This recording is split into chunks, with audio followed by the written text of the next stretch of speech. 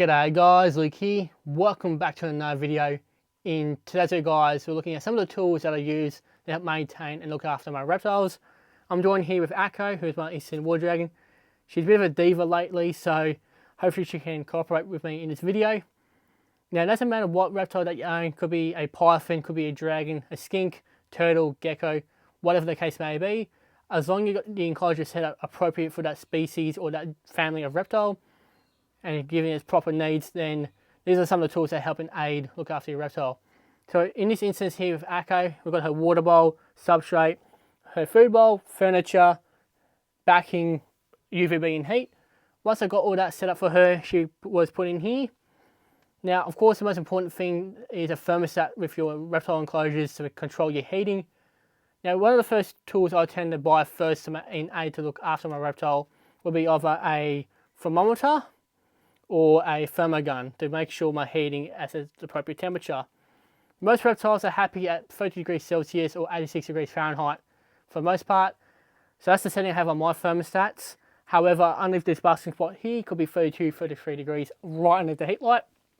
Where Akko is in a water well, it's at 23 degrees Celsius. I don't know what that is in Fahrenheit, I'm afraid.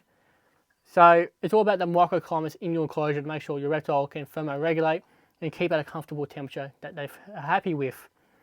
The only problem I have with little thermometers such as this is the batteries don't tend to last that long in them, so you've got to replace them every now and again. And we got about 30 enclosures.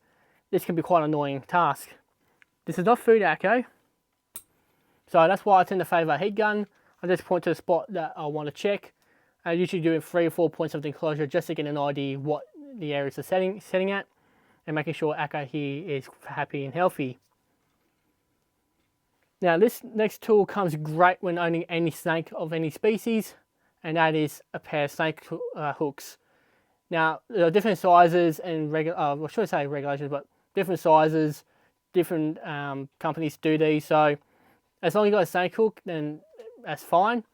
Now usually I'll use a snake hook on a few different reasons. First of all is if I get a new snake and I don't know what its temperament is like, I tend to use a snake hook at first just to see what the snake is like, and let's see if we can build a trust with them. So later on, I don't need to use this as often. Oh, food, Akko.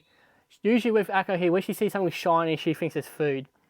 So with a snake hook as well, I'll use it with my snakes when I go to feed them. Sometimes my snakes are very food motivated, so I might have to use them to get it in and out of their enclosure to put in their feeding tubs. That way no one gets hurt, well, mostly me being a handler. Unfortunately, me getting bitten is a regular occurrence here at home and at work. But do I care? No, not really. As long as it's not a big snake, usually that leaves a bit more of a mark compared to a smaller snake. Another thing too as well is training purposes. So if I have a very flighty or bitey snake that is a bit unpredictable, usually of course the head and neck area goes in the hook, while I'll use his tail to hold it. And that way I have a bit more control of the snake, and that way it's a healthy distance from him and his mouth, so no one gets injured that way. So snake hooks, good idea to have if you have any snake. Doesn't matter what species, what size it is, or age. Now, another thing as well I use is feeding tongs. So there's, of course, your normal aluminium or steel bamboo, feeding tongs. There's bamboo, and I think there's even plastic ones on the market. So it's up to you which ones you want to use. Now, with feeding tweezers, I mostly use these on my snakes. Of course, you don't want to use your hands to feed your snakes, as that's how you get bitten as well. So having a bit that distance there is good. Normally I use these pair of tweezers on smaller snakes like my children pythons or baby snakes. Now I also use these on some of my lizards for training purposes. So Akko here, my monitors, maybe my skinks as well. Pretty much any of my lizards that would take a feeder insect off the pair of tongs. So you see what I mean? Akko knows what these are exactly, so it helps me at least get her to one spot to another spot and use that for training, get her used to me. Is that right, gorgeous? No, I've got nothing on that. See? No food, okay? See what I mean? She gets excited over shiny things. Now for any of my bigger snakes, I'll use a bigger pair of grabbers for their food items. Sometimes when you have a big snake that can lunge quite a fair bit, I like to have a bit more distance between me and them if they're very food motivated snakes. Majority of my snakes are pretty good to know who is food, or I should say what's food and what's not food. So having this is usually on my bigger snakes for bigger food items, a bit more grip involved, a bit more distance. But I don't use these grabbers to grab any of my reptiles with, as I don't want to hurt them with these steel grabbers. Another thing to have on hand at all times, just in case things happen, would be either a container or snake bag. That way, if you have your snake or reptile, or any reptile for that means, get injured, you can at least you can put them in a bag or in a sealed container with, of course, air holes in it, and go to the animal hospital. Or if you're entering shows and you need to transport your reptiles, snake bags and containers come in great for that purpose. As well, I'll use containers to feed my snakes in, as it helps with training purposes as well. So my snakes know when I'm going to feed them, they're going in the feeding tub, they're going in the food mode. Saves them from always thinking they're going to get fed as soon as I open the enclosure doors. That's why I do recommend having feeding tubs for snakes, not always feeding the snake in the enclosure, especially when they're adults. With babies, it's okay, because obviously you want them to grow and then get established first. But after a period of time, you want to think about tub feeding. That's my recommendation.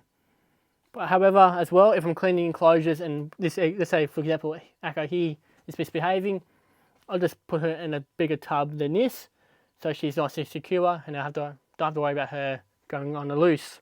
Is that right, gorgeous girl? Yes? Now, last but not least, another thing I do have on hand, just in case accidents happen, because obviously working with animals, anything can happen, is having first aid kit on by. This is just a basic one with some bandages and band-aids and stuff in there for me if I get injured, if I'm at home or out in the bush looking for reptiles. Now, of course, Akko and most of my animals here won't cause me any serious injuries. It's more or less venomous snakes I have to worry about, because we do get eastern brown snakes and red bellies in my area. As well, I'll work with some lace wanders and parentes. And yeah, something with that size will definitely send you to hospital with the amount of teeth they have or how sharp their teeth are. So yeah, it's always good to have first aid on hand with any reptile or any pet for that case, because you just never know when one day they could turn around and snap on you. But you wouldn't do that, would you, Akko?